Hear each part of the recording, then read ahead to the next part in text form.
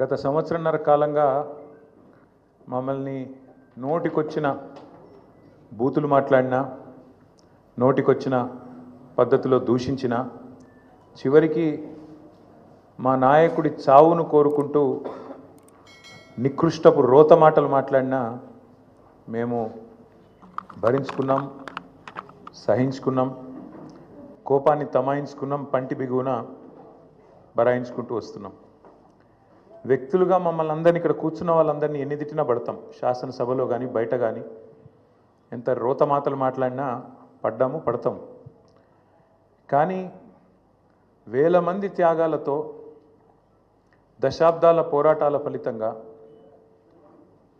అందులో ముఖ్యంగా ఏ రాజకీయ పార్టీ అందులో లేని నాడు,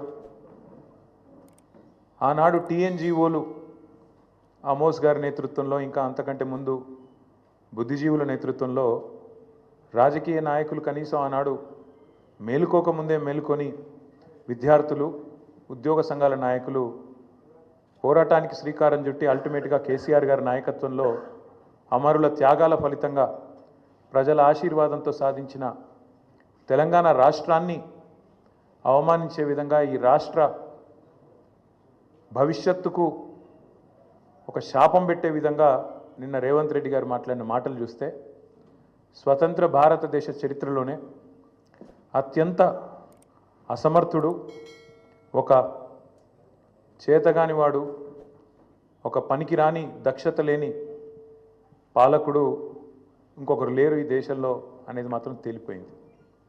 అట్లాగే ఇంకోటి కూడా తేలిపోయింది. ఏవైతే వీళ్ళు ఒక 420 హామీలతో అభయ హస్తం అనే పేరు మీద ఇచ్చిన మేనిఫెస్టో, అందులో సబ్బండ వర్గాలకు కలిపి 420 హామీలు ఏవైతే ఇచ్చినరో, కాంగ్రెస్ మేనిఫెస్టో ఈ శతాబ్దపు అతిపెద్ద మోసం అనేది కూడా తేలిపోయింది. అట్లాగే కేసీఆర్ గారు చిలుకకు చెప్పినట్టు చెప్పిండు తెలంగాణ సమాజానికి.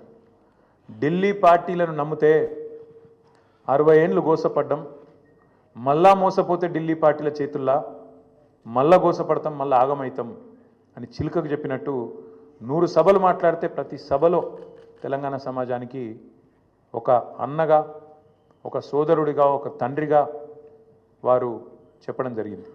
ఆనాడు ఎన్నికల నాడు కేసీఆర్ గారు చెప్పిన ప్రతి మాట, ఢిల్లీ పార్టీలను నమ్మితే ఆగమైతే తెలంగాణ అని చెప్పిన మాట అక్షర సత్యం అని చెప్పి ఇవాళ రుజువు అయింది. ముఖ్యమంత్రి గారు మాట్లాడుతూ, నన్ను ఎవరు నమ్ముతలేరు, అప్పు ఉడతలేదు, ఢిల్లీకి వెళ్తే దొంగను చూసినట్టు చూస్తుండ్రు, అపాయింట్మెంట్ కోసం పోతే చెప్పులు ఎత్తుకపోతాడేమో అని భయపడుతున్నారు. నాకు తెలిసైతే నాకు దగ్గర 48-49 ఏళ్ళు ఉన్నాయి. నేను కూడా రాజకీయాలను ఒక 35 ఏళ్ళకి వెళ్ళి చిన్నప్పటి నుంచి పేపర్లు చదివే అలవాటు ఉంది, టీవీ చూసే అలవాటు ఉంది, రాజకీయ కుటుంబంలో పుట్టినా కాబట్టి దగ్గర నేను కూడా ఒక 10-15 మంది ముఖ్యమంత్రులు వాళ్ళ నడవడిక, వాళ్ళ మాట తీరువని చూసినాను. నాకు పక్కన చాలామంది విశేషమైన అనుభవం కలిగిన వాళ్ళు ఉన్నారు. కానీ బహుశా ఇంత దివాలా కోరు మాటలు మాత్రం బహుశా ఈ దేశ చరిత్రలనే ఏ రాజకీయ నాయకుడు కూడా మాట్లాడలేదు. ముఖ్యమంత్రి కాదు, ఏ రాజకీయ నాయకుడు కూడా మాట్లాడలేదు. ఒక్క మాటలో చెప్పాలంటే రేవంత్ రెడ్డి గారు నిన్న నాకు పరిపాలన చేత కాదు అని కాడి పడేసిండని చెప్పక తప్పదు. చాలా స్పష్టంగా కాడి వారేసి నాతో కాదు అని చేతులు ఎత్తేసిండు. ఇక అయిపోయింది, నాతో కాదని నిన్న స్పష్టంగా చెప్పిండు. కానీ వారితో పాటు ఈ రాష్ట్ర ప్రజలకు కొన్ని వాస్తవాలు చెప్పాలి కాబట్టి, మా బాధ్యత కాబట్టి చెప్పాలనుకుంటా ఉన్నాం. ఎక్కడ పోయినా దొంగలాగా చూస్తున్నారో అంటున్నాడు ముఖ్యమంత్రి. మరి దొంగలెక్క కాకపోతే ఎట్లా చూస్తారు? దొంగలెక్కనే చూస్తారు. నోట్ల కట్టెలతో దొరికిపోయిన దొంగను ఖచ్చితంగా దొంగనే అంటారు, దొంగనే చూస్తారు. ఒక విశ్వసనీయత లేని ఓటుకు నోటు దొంగను కాంగ్రెస్ అనే ఒక ఎర్రి పార్టీ గుడ్డిగా నమ్మి సీఎం చేసింది. కానీ ఖచ్చితంగా దేశంలో మిగతా వాళ్ళు మాత్రం నమ్ముతలేరు. మోసగాళ్లను, దొంగలే అంటారు ముఖ్యమంత్రి గారు. ఖచ్చితంగా అది ఈరోజు కాదు, చివరి రోజు దాకా కూడా నీ పరిస్థితి అదే ఉంటుంది, యాద పెట్టుకొని చెప్తున్నా. తప్పు చేసింది దొంగ చేతికి తాళాలు ఇచ్చి కాంగ్రెస్ పార్టీ, రాహుల్ గాంధీ గారు.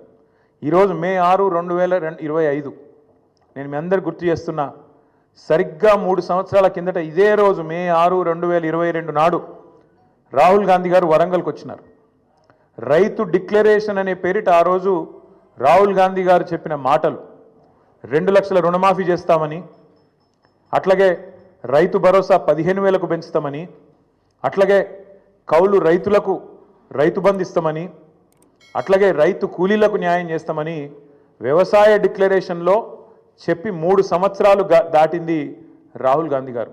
అందుకే నేను అంటున్నా, తప్పు చేసింది రాహుల్ గాంధీ, తప్పు చేసింది ఏఐసిసి, దొంగ చేతికి తాళం ఇచ్చి ఇవాళ తెలంగాణ చేతికి చిప్పవచ్చే పరిస్థితి చేసింది ఖచ్చితంగా ఆల్ ఇండియా కాంగ్రెస్ కమిటీ, ముఖ్యంగా దానికి బాధ్యుడు లీడర్ ఆఫ్ ఆపోజిషన్గా ఉన్న రాహుల్ గాంధీ గారు అని చెప్పి నేను చెప్తా ఉన్నాను.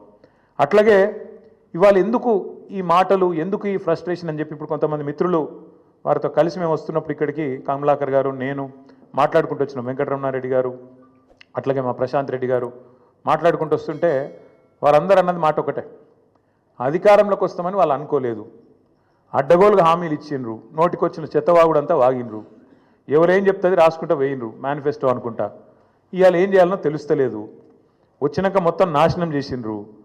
అట్లాంటి పరిస్థితి వచ్చింది కాబట్టి ఇవాళ కేవలం తప్పించుకోవడానికి, కేవలం ప్రజలను ఇక మాతో కాదు తప్పించుకోవడానికి మార్గాలు వెతుకుతూ, దొంగతనం చేసినాక దొంగ పారిపోయేటప్పుడు ఎట్లయితే మార్గాలు వెతుకుతాడో ఆ పద్ధతుల్లో రేవంత్ రెడ్డి గారు ఇవాళ మాట్లాడుతున్నట్టుగా ఆయన ఫ్రస్ట్రేషన్ చూస్తుంటే కనబడతా ఉన్నది.